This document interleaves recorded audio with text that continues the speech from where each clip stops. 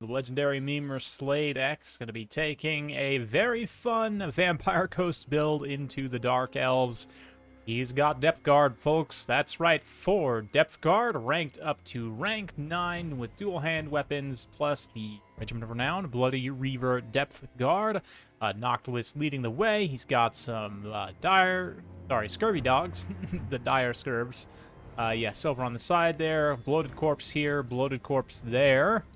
And for the Dark Elves, we've got Cold One Knight here, a couple of Dark Riders, huge front line of mixed Sad Swords and Fierce Spears, 3 Dark Shards, plus Nilosi, Laura Fire, and got some more cavalry over here. So we'll keep the Bloody Banners in position because one of them is immediately going to get blundered into by this Dark Rider. It is going to basically nuke and one-shot the unit, which is not exactly cost-effective. It's pretty close to paying for themselves outright. Same thing over here. That's, again, like half HP damage on a Cold One Knight is about cost-effective. So both bloaty uses there. Not getting too crazy, but definitely pretty solid. You know, will get crazy, though, is these Depth Guard right here with their dual hand weapons. Going to charge in massive weapon damage. Great charge bonus as well. Low model count, only 45 models, but 71 weapon damage overall and 33 charge bonus. They're just going to eviscerate those Dread Spears. Even the Bloody Reaver Depth Guard with 60 melee attack and 48 weapon strength will definitely cleave through infantry with no problem. Even these ranked up veteran greatswords don't really stand a chance. The center engagement too, Noctilus going to summon up some zombies to go after the crossbows. Not that they were doing a ton anyway, because of course these Depth Guard fighting in the woods here against the foul Dark Elves. Going to be a bad time. You can see Murderous Prowess already kicked off, considering how many Dark Elves have very quickly been slaughtered here. But let's see if they can stabilize. The zombies so far not doing a whole lot of damage, but at least bogging down those Dark Shards. They've also got this unit here of Cold One Knights that could charge in with that increased charge bonus of Murderous Prowess. Maybe get a nice rear attack here on some of these Depth Guard. This unit here taking some damage from the Dark Shards, but manages to get through and get at them.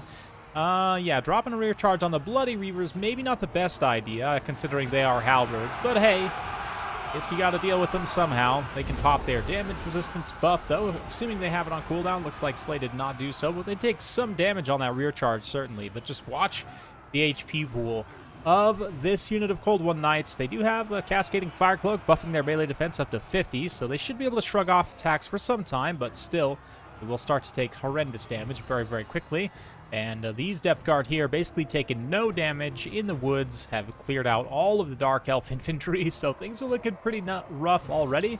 Nilosi coming through, though. We've still got Laura Fire as well. Burning Head, not as nerfed, of course. In Game 3, it has been heavily nerfed, but still in Game 2, it is definitely useful in many situations. But the armor of the Depth Guard will protect them. Side-shotting those fireballs is definitely a good play, though.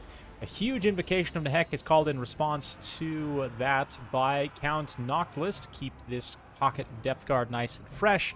Zombie Deckhand Pirate Summons will be going down shortly, and the Bloody Reavers, I mean, I say that attack was foolish, but the Cold One Knights did actually do enough damage to perhaps swing this fight. That being said, one important thing to remember about all Depth Guard is that they do have hunger, right? So as long as they're fighting in melee, they will be able to replenish their HP, and given the low DPS low damage output, as my cat bumps into my microphone stand, I apologize about all that noise. They're not going to be taking much damage at all from the hits that do get through that high melee defense. So, that kind of successive layers of defense just means low damage output from the Sad Swords, which results in them surviving when they would otherwise definitely be killed due to the hunger healing them. And it looks like on the rest of the battlefield here, just more cleanup operations from the Depth Guard. Even these Cold One Knights coming through, getting some good armor-piercing damage. It looks like they're able to finish one unit of Depth Guard, but they themselves enrage into the zombies over here. Caster shatters. A lot of these Dark Elf units are starting to take some pretty horrendous damage. Noctilus also completely healthy, and Nilosi's on horseback, which means that she will be subject to his anti-large bonus, right? You can see there's one Bloody Reaver still fighting side by side with Noctilus. Oh, there's a handful more over there. And some of the dual hand weapons coming through to cut up what's left of these spears. That high weapon damage overall also means that they will do good damage even to heavily armored targets like these Cold One Knights, right? Yeah, fortunately I can't click on them to pin their unit card like I can in Warhammer 3, but we'll look at their weapon damage in just a second in terms of their AP spread. At this point, it's pretty much all over for Nolosi. All of her support units are either out of range or completely destroyed. She herself is getting hit hard by Noctilus. Desperate charge of the Dark Riders trying to bail her out, but here comes the bombardment, and that will seal the deal. So, great game to Slate X. Very fun build. I mean, to take just 5 Depth Guards straight up and rank them all, you know, all the non-RORs up to rank 9 is definitely a very bold play, and all of them pretty much end up paying for themselves. We'll have to look. I think they cost pretty close to 1,500, but Scurvy Dogs definitely pay the price. Loaded Corpses, not exactly cost-effective, but I mean, definitely Marmoon here, you can tell from the build, expecting more of a traditional Vampire Coast setup.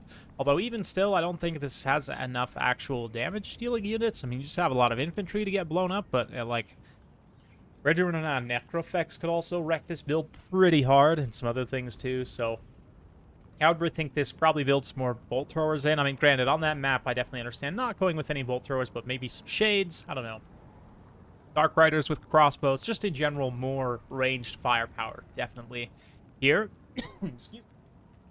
But obviously for Slade, you know, not too hard to argue with what he wrote here. So let's just kind of take a look finally at Depth Guard to sort of summarize things a little bit. I'm not you, but yes, thank you. Okay.